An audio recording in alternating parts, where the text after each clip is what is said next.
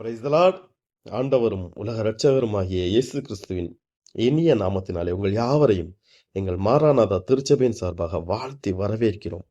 எங்களது திருச்சபைக்காக, ஊழியங்களுக்காக, ஊழியக்காரர்களுக்காக, ஊழியக்காரர்களின் குடும்பங்களுக்காக, சபை விசுவாசிகளுக்காக, சபை பிள்ளைகளுக்காக, புதிதாக வருகிற சபை மக்களுக்காக நீங்கள் தொடர்ந்து ஜெபிப்பீர்கள் என்று நாங்கள் கர்த்தருக்குள் விசுவாசிக்கிறோம்.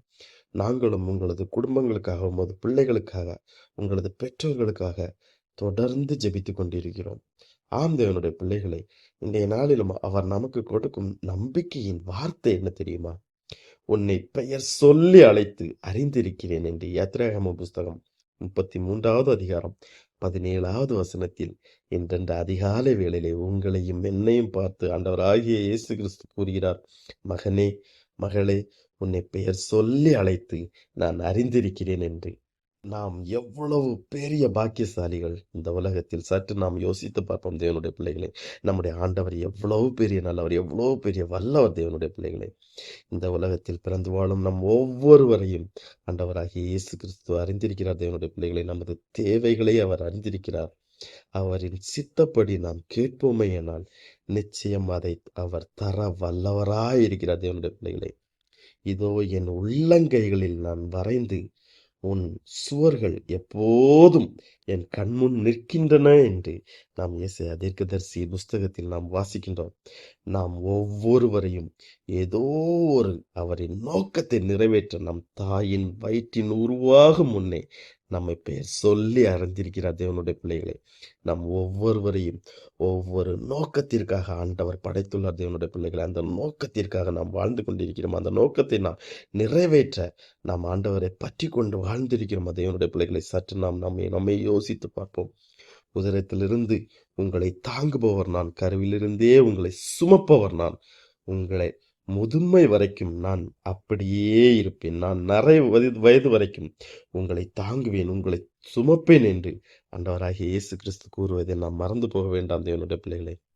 நாம் தேர்ந்தெடுக்கப்பட்டவர்கள் தேவனுடைய பிள்ளைகளை. நாம் தேர்ந்தெடுக்கப்பட்ட நம்மை இயேசுவின் சாயலாய் மாற வேண்டும் என்று அவர் முன்குறித்து வைத்திருக்கிறார். எத்தனை பேர் விசுவாசிக்கிறீர்கள்? அவர் முன்குறித்து வைத்தோரை அவர் அழைத்திருக்கிறார். தாம் அழைத்தோரை தமக்கு ஏற்புடையவராக்கி இருக்கிறார். தமக்கு ஏற்புடையோரை தம் மாட்சிமையில் பங்கு பெற செய்தார். இதில் நாம் எத்தனை பேர் அவருடைய மாட்சிமையில் பங்கு பெற தகுதியுள்ளவர்களாய் நாம் காணப்படுகிறோம்? அவரே நல்ல ஆயனாய் ஆடுகளாகிய நம்மை அவர் அறிந்திருக்கிறார். தமது உயிரையே அவர் நமக்காக கொடுத்தார் தேவனுடைய பிள்ளைகளை. அவரின் குரலுக்கு நாம் செவி சாய்ப்போமா?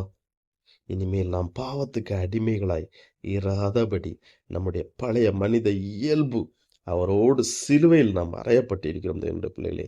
நம் பாவத்துக்காக சிலுவையில் அடிக்கப்பட்ட நாம் இனி அவருக்காக நாம் பிழைத்திருப்போம். இந்த உலகில் வாழும் கூடாரம் அழிந்து போனாலும் கடவுளிடமிருந்து கிடைக்கும் விண்ணுலக வீடு நமக்கு உண்டு. இறை பற்று உள்ளவர்களை சோதனையிலிருந்து விடுவிக்கவும், தவறு செய்பவர்களை தண்டனைக்குள்ளாக்கி இறுதி தீர்ப்பு நாள் வரை அவர்களை வைத்திருக்கவும் தெரியும் என்று வேதவசனம் கூறுகிறது. நம்முடைய மனசான்று நாம் குற்றவாளிகள் என தீர்ப்பளித்தாலும் கடவுள் திருமுன் நம் உள்ளத்தை அவர் அமைதிப்படுத்த அவராலே மாத்திரம் முடியும் தேவனுடைய பிள்ளைகளை. நம்ம பெயர் சொல்லி அழைத்த தேவன் நம்மை ஆசீர்வதிக்கவே விரும்புகிறார். நீங்கள் யாராயிருந்தாலும் கவலைப்படாமல் சோர்ந்து போகாமல் நாம் அவரை உறுதியாய் பற்றி கொண்டு அவர் பாதம் நாம் பணிந்து நாம் ஜெபிப்போமா?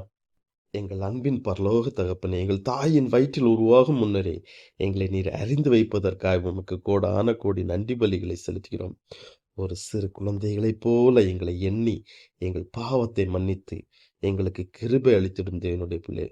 எல்லா மகிமையும் ஆட்சியும் வல்லமையும் ஒருவருக்கே உண்டாகட்டும். இயேசு கிறிஸ்துவின் மூலம் ஜெபிக்கிறோம் எங்கள் ஜீவனுள்ள நல்ல தகப்பனே. ஆமேன், ஆமேன். தேவனுடைய பிள்ளைகளை, இன்றைய நாளிலும் அவர் உன்னை பெயர் சொல்லி அழைத்து உன்னை ஆசீர்வதிப்பார். இந்த நாளை ஆசீர்வாதமான நாளாக மாற்றி தருவார். ஆமேன்.